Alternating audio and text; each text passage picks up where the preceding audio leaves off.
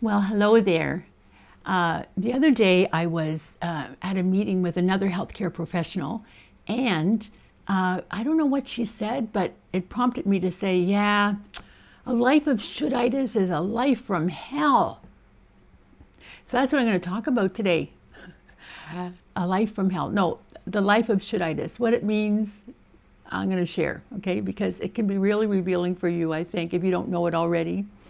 And so for those of you who don't know me, I'm Wynn Harwood, and I worked with, hundreds, thousands of parents over the past 30 years to help them change how they're parenting so that it's so much more human, so much more fulfilling, and, it's just creating this great relationship with our kids that lasts a lifetime.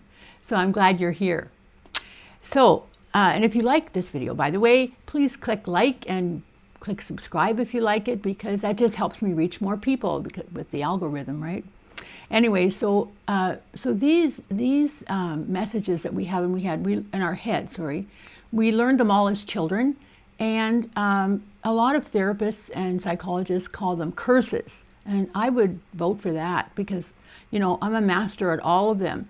But I'm going to go over the big ones, and I suspect you have one or more of them. I think I have all of them. Some I'm recovering from more than others. Like the first one.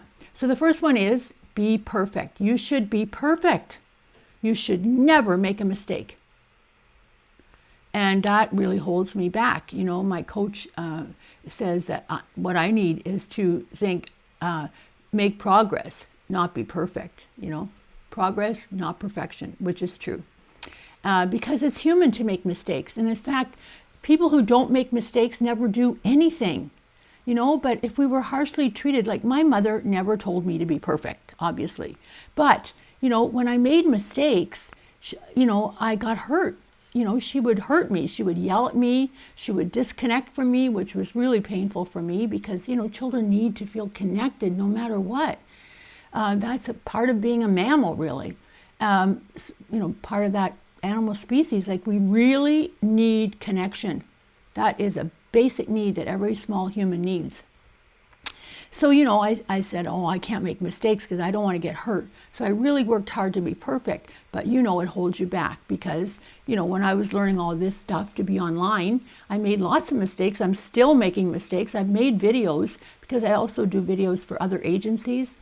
And I have made videos, and at the end of the, spending half an hour or whatever with people online, I find out I didn't have the volume on.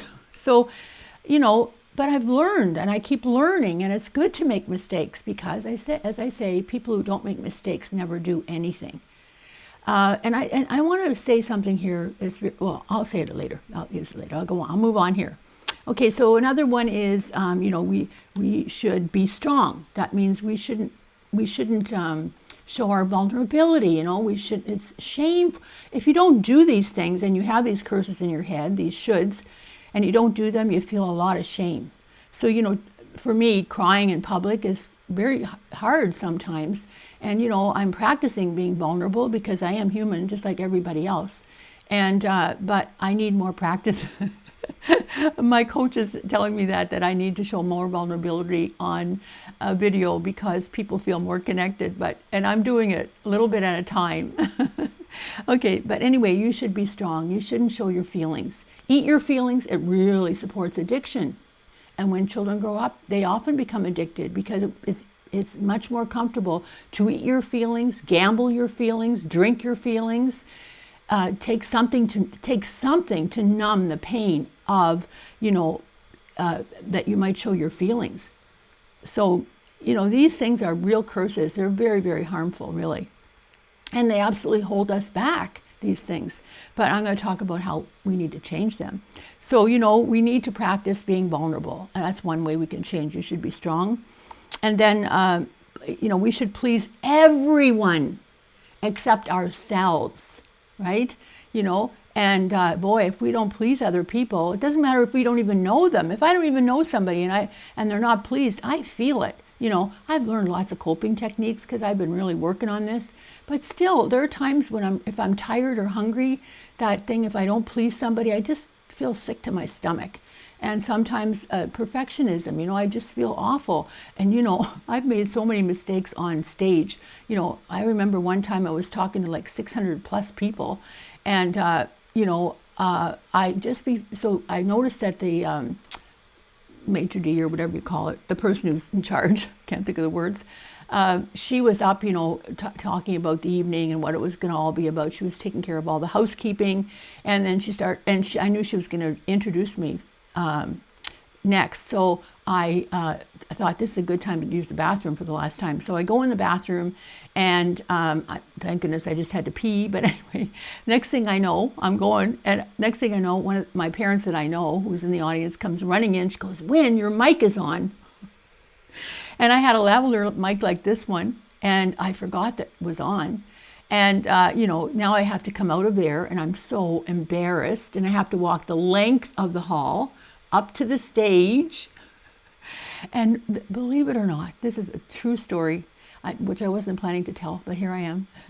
I get up on the stage, and I start speaking, and confetti starts dropping out of the vents in the ceiling, because this was like a Wednesday night or something, and that Saturday before, it was the first really hot day that year, and they had turned on the air conditioner, and no, that night they turned on the air conditioner, but they had a wedding the weekend before, and all this confetti was in the vents.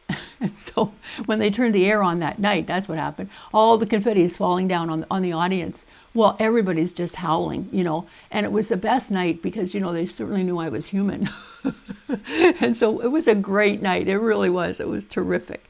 Anyway, so I know how helpful it is to show your vulnerability, as long as you feel safe, of course. Anyway, so that's another curse. Another one is I mentioned you should please everyone, and, it's not, this is a really bad one for parents, because the data that we have now that has come out shows that a lot of parenting, the foundation of parenting is self-parenting. It's raising yourself, because you can't raise children well if you're relying on what we learned about parenting, such as these things, right? Such as, hurting a child if they make a mistake and they're just little and they're just learning.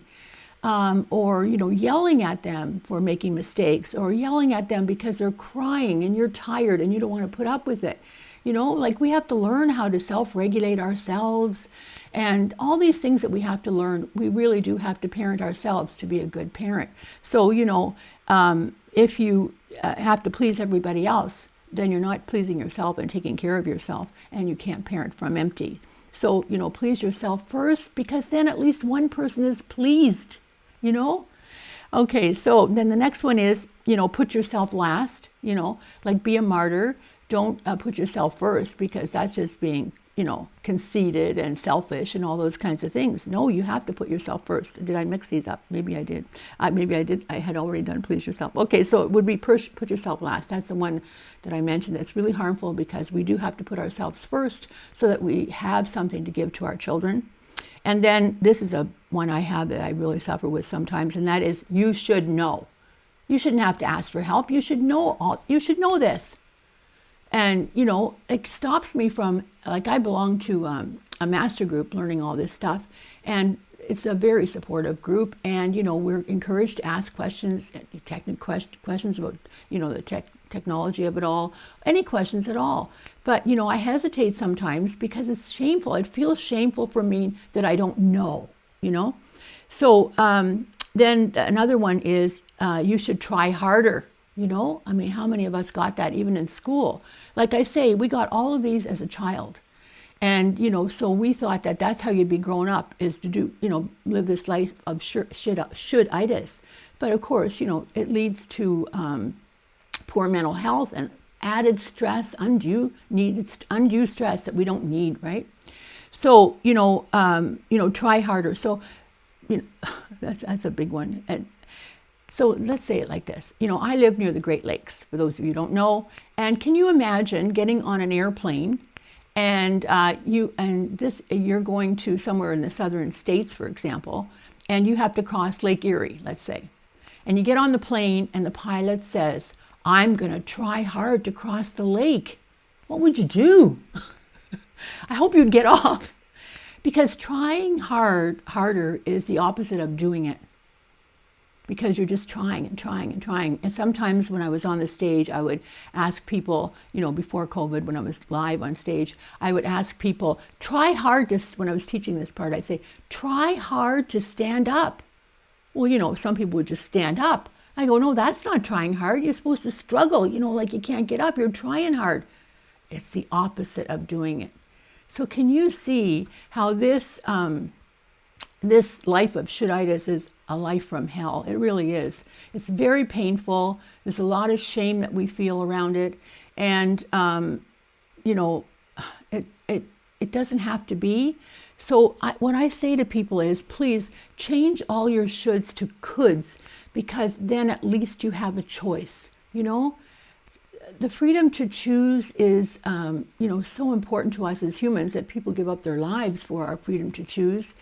And we need to exercise that, so you can say to yourself, well, I could be perfect, but I'm not going to do that, because I won't be able to do anything. I won't accomplish anything. I won't progress in any project that I'm doing. I won't progress in parenting. There's no such thing as a perfect parent. So many parents, I know this from my work. So many parents, and including myself when I was raising my little kids, are suffering so much because they're trying to be perfect, and they're trying to raise kids that are compliant and perfect. And it's really, I'll tell you, it's not good for you. It's definitely not good for you. And it's definitely not good for children. We need to stop teaching children these curses, and instead tell them that, they are good enough all the time. Because, if you have a you should be perfect, let me say that the studies show that it's very common in firstborns, not to say that other kids can't have it in the family, and in a child who is an only child, it's double the pain of trying to be perfect. So, that's why we need to move away from that, encourage our kids to make mistakes, and because that's how they'll learn.